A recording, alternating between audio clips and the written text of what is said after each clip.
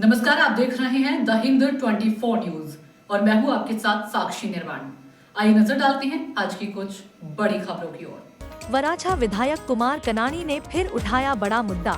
सूरत नगर निगम को पत्र लिखकर कार्रवाई की मांग। वराछा क्षेत्र में बढ़ती अनियमितताओं और ब्रिजों के नीचे अवैध कब्जों को लेकर विधायक कुमार कनानी ने एक बार फिर सूरत महानगरपालिका कमिश्नर शालिनी अग्रवाल को पत्र लिखकर तात्कालिक कार्रवाई की मांग की है।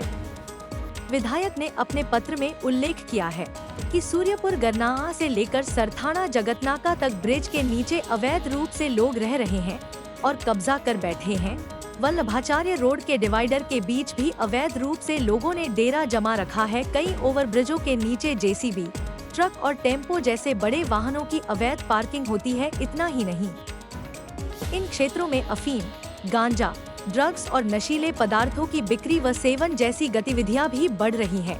उन्होंने कहा कि स्थानीय लोगों और सामाजिक संस्थाओं द्वारा कई बार ध्यान दिलाने के बावजूद अब तक कोई ठोस कार्रवाई नहीं हुई है। विधायक कनानी ने मांग की है कि सूरत पुलिस विभाग और मनपा तत्काल प्रभाव से संयुक्त कार्रवाई करे। मनपा कमिश्नर यह भी बताए कि इस समस्या के समाधान में कितने दिन लगेंगे, इसके लिए उन्होंने लिखित जवाब मांगा है। विधायक कुमार कनानी ने दोहराया कि जनता की समस्याओं को लेकर वे लगातार पत्र लिखते रहे हैं और आगे भी लिखते रहेंगे ताकि क्षेत्र की समस्याओं का जल्द समाधान हो सके। वराछा रोड ए सूरत शहरનો મુખ્ય પ્રવેશ દ્વાર છે અને વરાછા રોડ ઉપર શ્રીનાથજી ફ્લાયઓવર બ્રિજ સૌથી સુરત શહેરનો મોટો બ્રિજ છે અને નાના વરાછાથી સરથાણા જગતનાકા સુધીનો બીજો બ્રિજ છે। આ બંને બ્રિજ નીચે વર્ષોથી ગેરકાયદેસર લોકો વસવાટ કરે છે, ખૂબ મોટા પ્રમાણમાં વસવાટ કરે છે। આ બ્રિજ નીચે અનેક વાહનો, સંખ્યાબંધ વાહનોનું દબાણ પણ હોય છે, જેસીબી, મોટા ટ્રક, ટેમ્પાઓ, ટ્રેક્ટરો, એના કારણે ખૂબ ભયંકર ગંદકી પણ થાય છે। આ બ્રિજ નીચે ગેરકાયદેસર લોકો ફક્ત રહે છે એવું નથી, વસવાટ કરે એવું નથી, પણ એમના ધંધા પણ 2 નંબરના છે। દારૂ, જુગાર, ડ્રગ્સ, ગાંજા, અફીણ, અનેક પ્રકારના ન્યુસન્સ એ લોકો પીવે પણ છે અને વેચે પણ છે અને અનેકવાર પોલીસે ત્યાં રેડ પાડીને પકડ્યા પણ છે અને મ્યુનિસિપલ કમિશનરને પણ ખબર છે।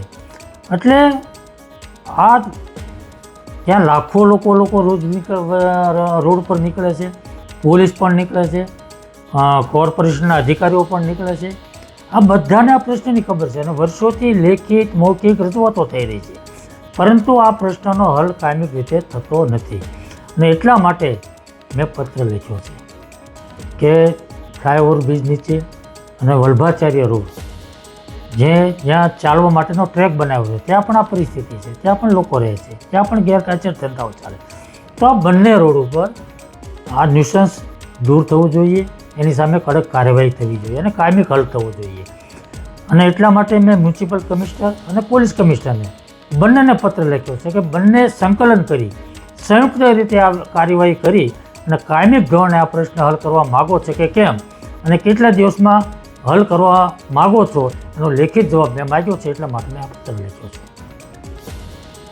देखते रहिए द हिंद 24 न्यूज।